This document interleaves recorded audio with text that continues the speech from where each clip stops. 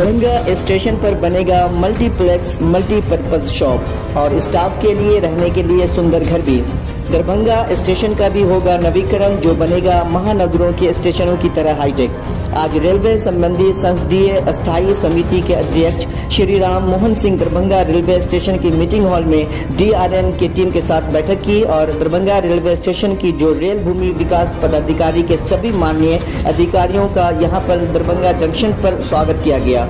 आपको यह भी बताते चलें कि दरभंगा की रेलवे स्टेशन की जो ज़मीन है उस ज़मीन का इस्तेमाल किया जाएगा अब मल्टीपर्पज़ के लिए, यानी एक ऐसा बिल्डिंग बनेगा जिसमें रेलवे कर्मचारी रहेंगे और उसमें व्यवसाय का भी किया जाएगा।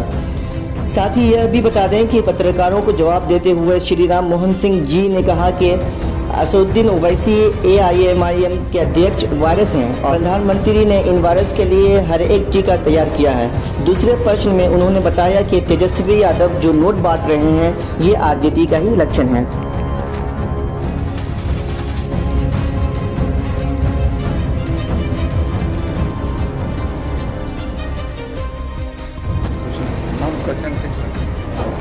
सर, आज दरभंगा रेलवे स्टेशन का जो आपने दौरा किए हैं सर, क्या मकसद है? आज पूरी टीम भी आप लेके आए हैं केंद्रीय रेलवे बोर्ड की। 2021 के जुलाई महीने में भारत सरकार रेल मंत्रालय ने जो मिथिला किसान है दरभंगा यहाँ रेलवे स्टेशन है, हमारे यहाँ के सांसद और विधायक लगातार मांग कर रहे थे इसको विकसित किया जाए। तो रेल मंत्रालय भारत सरकार ने इस रेलवे स्टेशन को रेल लैंड विकास अधिकरण स्फूर्त किया तो इसको विकसित किया। तो मैं आज उनके दिल्ली से सभी अधिकारियों को बुलाया था और आज तो बात सामने आई है। ये लगभग 16 एकड़ जमीन में तो आवासीय परिसर है और लगभग 40 एकड़ रेलवे का ये परिसर है। तो हमारे अधिकारी आए हैं और 4 महीना के अंदर इसका मैप तैयार करें और उस मैप अभी तो इस रेलवे स्टेशन पर एक नया प्लेटफार्म और बैक के पीछे गेट निर्माण का काम हो रहा है। भविष्य में 2065 तक यात्रियों की क्या मानित संख्या होगी उसको ध्यान में रखते हुए हमारे अधिकारी इसके विकास की योजना करेंगे और उस योजना के तहत इसमें प्रवेश द्वार भी 2 से 4 बनेंगे, पीछे भी बनेंगे, आगे भी बनेंगे और जितने पुराने बिल्डिंग है उसको तोड़कर मल्टी स्टोरेज अधिकारी कर्मचारियों के भवन बनेंगे और शेष भूमि को यात्री सुविधा और व्यावसायिक दृष्टि से उसमें निर्माण किया जाएगा। और इसके अलावे एक बीच में भी एक ऐसा निर्माण किया जाएगा कि जो यात्री ऊपर में खड़ा होकर थोड़ी देर अपने ट्रेन प्रतीक्षा कर सकता हो। तो कुल मिलाकर 2024 तक ये जो दरभंगा का रेलवे स्टेशन है रेल लैंड डेवलपमेंट अथॉरिटी इसको इस प्रकार से विकसित करने की प्रक्रिया शुरू करेगा कि आपको दिखाई देगा कि निश्चित रूप से ये मोदी सरकार ने कुछ किया है।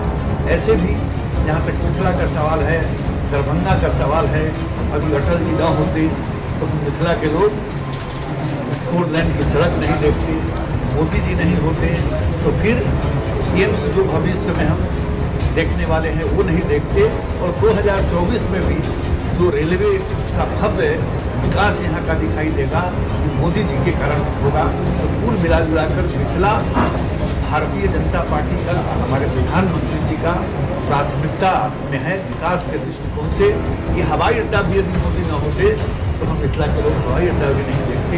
तो मैं मिथिला की ओर से, अपनी ओर से, अपने सारे नेताओं की ओर से प्रधानमंत्री जी के प्रति आभार व्यक्त करता हूँ कि मिथिला के विकास के लिए, रेल के विकास के लिए जो उन्होंने निर्देश दिए हैं, जो उन्होंने आदेश दिए हैं, ये सब काफ़ी सराहनीय है।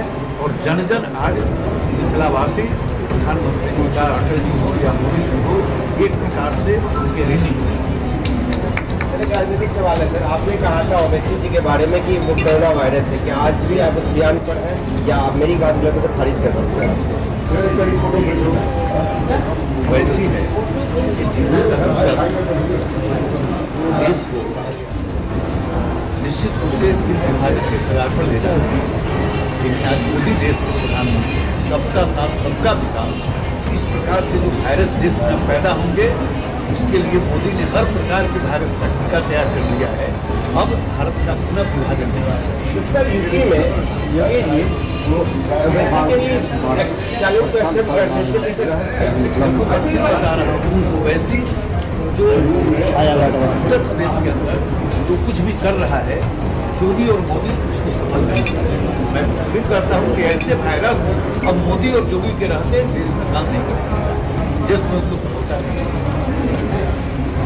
सर पुराने खासकर जो पुल है उत्तर बिहार के रेलवे के, वो काफ़ी हद तक डैमेज है और बाढ़ के समय ऐसा होता है कि कुछ भी टच होता है तो उसे बंद करके फिर लोगों की समस्या बढ़ जाती है। आप देखेंगे कि 7 साल पहले रेल का जो बजट होता था, इससे होता था ट्रेन कहाँ रुकेगी, कहाँ ठहराव होगा।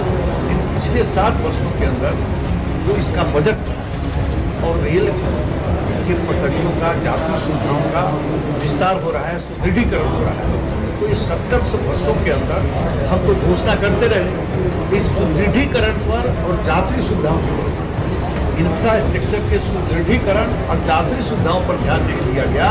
तो हिंदुस्तान का जनजन अब इस बात को मानता है कि मोदी के आने के बाद ही इंफ्रास्ट्रक्चर के मजबूती की दिशा में काम प्रारंभ हुआ है और यात्री सुविधाओं की बढ़ोतरी हुई। सर एक मुख्य प्रश्न है, हमारा दरभंगा स्टेशन खासतौर पर गेटें हैं लेकिन चारों तरफ से खुले हैं, सुरक्षा की नज़र से इसे हमेशा कमजोर पाया गया। आपने नहीं सुना है, रेल लैंड डेवलपमेंट को ये सौंपा गया है और हमारे सारे दिल्ली से अधिकारी आए हैं। 2024 आते आते देखेंगे कि क्या दृश्य होगा। सर बिहार के मुस्लिम धर्मगुरुओं ने बताया है, आरएसएस को बताया प्रतिष्ठित संगठन, प्रतिष्ठित संगठन बताया है। आरएसएस को प्रतिष्ठित संगठन बताया मुस्लिम धर्मगुरु जी। मोहन भागवत के बारे में कहा पूरी दुनिया जानती है हिंदुस्तान के राष्ट्रीय स्वयंसेवक संघ एक ऐसा है संगठन है जो देश की मजबूती के लिए, देश के स्वाभिमान के लिए, देश की समृद्धि के लिए काम करता है और इसका एक एक जो स्वयंसेवक है उसका जीवन का जो अंतिम लक्ष्य है भारत माता को परम गरीब की रोटी का पहुँचाना।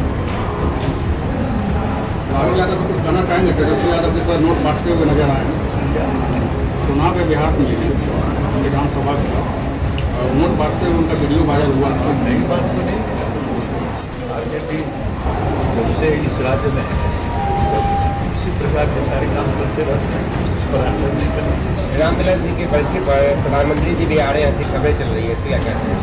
रामविलास जी देश के नेता थे, लोकप्रिय नेता थे, सबसे लंबा संसदीय जीवन था, उनके प्रति श्रद्धा करना